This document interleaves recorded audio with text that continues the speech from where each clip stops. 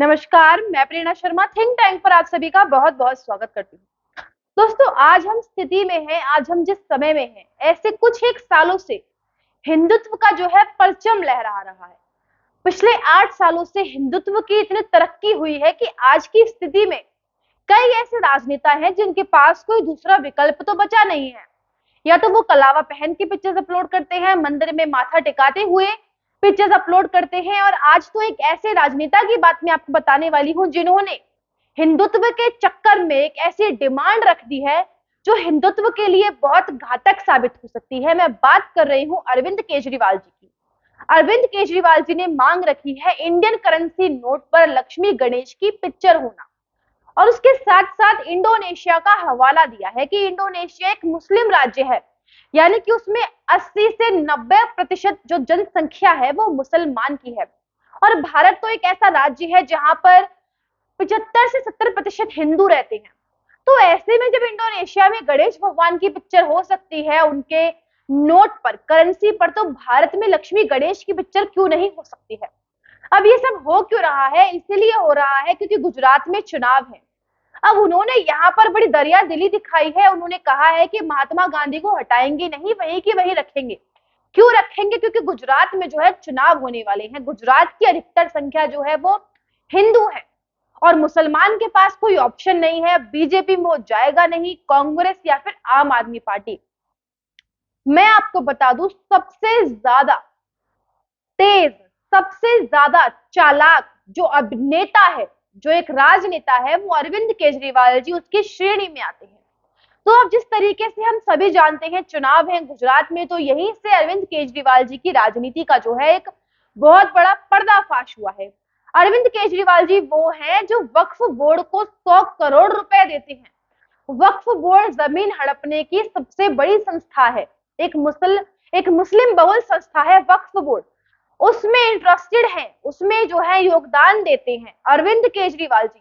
तो ऐसे में हम अंदाजा लगा सकते हैं उनकी राजनीति का। अब वक्फ बोर्ड को वो हर बार 100 करोड़ रुपया देते हैं, जिसका इस्तेमाल वो अपनी निजी संपत्ति की देखभाल में करता है। और भारतीयों के लिए उन्होंने क्या किया है, एक अपील डाल दी है कि लक्ष्मी गणेश की पिक्चर जो है करेंसी पर होनी चाहिए। अब यदि केजरीवाल को सनातन धर्म की थोड़ी भी समझ होती तो वो ये कदम उठाते ही नहीं, बल्कि केजरीवाल तो समझते हैं उन्होंने मास्टर स्ट्रोक उठाया है नरेंद्र मोदी के खिलाफ। वो सोच रहे हैं कि अब हिंदुत्व का परचम तो मोदी के हाथ से गया, क्योंकि वो तो मैंने ले लिया है। अब वो हवाला दे रहे हैं इंडोनेशिया का कि इंडोनेशिया में करेंसी नोट पर जो है गणेश भगवान की पिक्चर है। तो क्या आपको लगता है कि वहां के लोग गणेश भगवान की पूजा करते हैं? वहां के लोगों का मानना है कि जो अल्लाह को नहीं मानता उसको जीने का अधिकार नहीं है।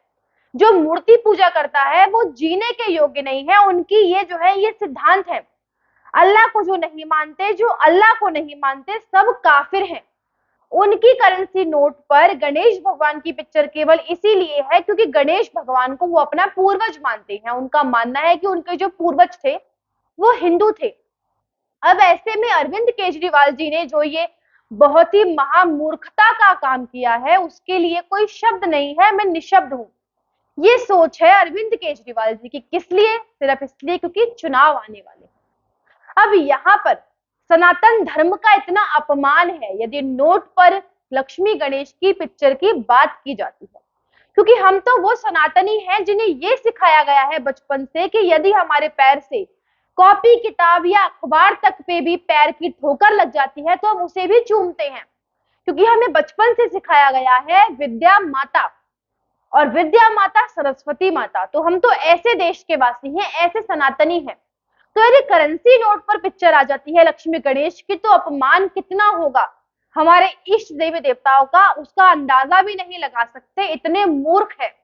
दूसरा क्या पॉइंट कहते हैं कि इकोनॉमिक ग्रोथ होगी। अब इकोनॉमिक ग्रोथ कहां से होगी? इंडोनेशिया में जो पैसा है उसका नाम है करेंसी का रुपया। उन्हें $1 के लिए 1,500 रुपया देना पड़ता है, और भारत में $1 के लिए 80 से 75 रुपए देने पड़ते हैं।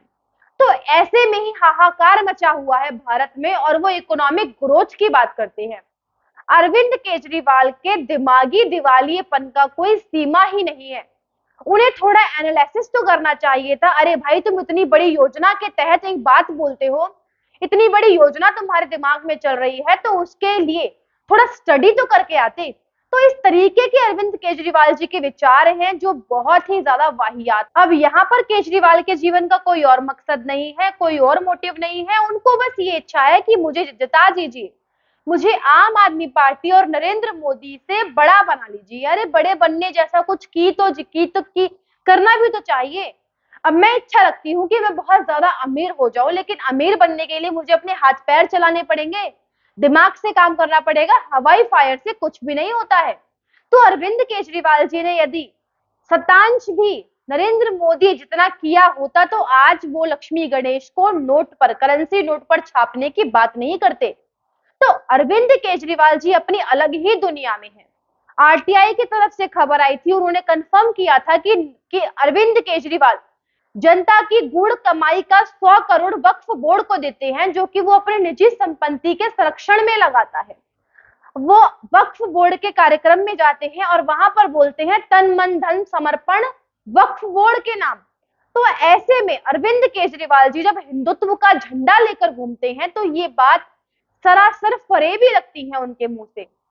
अब गुजरात में एक मुद्दा है, बहुत ही ज्यादा छाया हुआ है, लोगों की रिहाई हुई है, उस पर कांग्रेस भी आवाज उठा रही है, लेकिन जो आम आदमी पार्टी है वो कुछ भी नहीं बोल रही है, क्योंकि उसे पता है जो मुसलमान है वो कहीं और नहीं जाएगा, वो मुसलमान बीजेपी के पास तो जाएगा नहीं, बीजेपी को तो वोट देगा नहीं, तो उसके पास कोई और ऑप्शन नहीं है। इसीलिए वो हिंदुत्व का झंडा लेकर घूम रहे हैं, लेकिन वो भी उनसे अच्छे से नहीं हो रहा है। अब ये जो उन्होंने एक योजना अपने मन ही मन में गढ़ी है, लक्ष्मी गणेश की फोटो होनी चाहिए हमारे करेंसी नोट्स पर, वो उन्हीं के लिए भारी पड़ती दिखाई दे रही। अब इस पूरे मुद्दे पर जब मनीष सिसोदिया से पूछा गया तो उन्होंने बोला कि हमारा जो एक ही मोटिव है शिक्षा और स्वास्थ्य, इनसे हम अपना ध्यान नहीं हटाना चाहते, इसीलिए हम गुजरात के किसी भी विषय में अभी बात नहीं कर रहे हैं। तो जब शिक्षा और स्वास्थ्य की बात आती है, उन्होंने बोला कि हम अपना दिल्ली मॉडल ही अपना रहे हैं, दिल्ली मॉडल को ही हम अपना आगे जो है फॉरवर्ड कर रहे हैं। बाद में जो है दिल्ली मॉडल की भी पोल खुल गई कि उन्होंने दिल्ली में किया क्या है। 7 सालों में एक भी स्कूल नहीं खोला है और जो क्लासरूम्स बनाए हैं उनमें भी जो है घोटाले की जांच हो रही है। उसके बाद उनकी ही प्रदेश अध्यक्ष, उन्हीं की पार्टी के गुजरात के गोपाल इटालिया ने मंदिरों को गाली दी, कहा कि वहां पर जो औरतें जाती हैं वो नाचने वाली है, बहुत तरीके की बातें करी। और उसके बाद उन्हीं के पार्टी के एक नेता धर्म परिवर्तन के एक कार्यक्रम में हिंदू देवी देवताओं को गाली देते हैं। तो अब ऐसे में अरविंद केजरीवाल को लगा कि भाई इन सब चीजों से तो कुछ हो नहीं रहा है। उसके बाद उन्होंने फ्री का जो है एक झोला लेकर पहुंच जाते हैं गुजरात, बिजली फ्री, पानी फ्री, उससे भी कुछ नहीं हुआ। तो उसके बाद उन्हें रात में एक सपना आता है, सुबह सपना सबको बता देते हैं, और सपना क्या होता है, करेंसी नोट पर लक्ष्मी गणेश की पिक्चर। अब ऐसे में वो ये नहीं जानते कि आजकल जो सनातनी है वो इतना बेवकूफ नहीं रहा जो पहले था। उनका ये जो प्लान है वो कितना कामयाब होगा कितना नहीं होगा वो तो एक अलग बात है, लेकिन अरविंद केजरीवाल जी की राजनीति, थर्ड क्लास राजनीति पर अरविंद केजरीवाल जी जो है उतर आए हैं। वो उन्होंने अपनी माँ को नहीं छोड़ा, उन्होंने अपनी नानी को नहीं छोड़ा, बच्चों को नहीं छोड़ा, पत्नी को नहीं छोड़ा, सभी को राजनीति में लाते हैं। और अब ऐसे ऐसे अल्हड़ बनकर अलग अलग तरीके के जो है योजनाओं के विचार बना रहे हैं।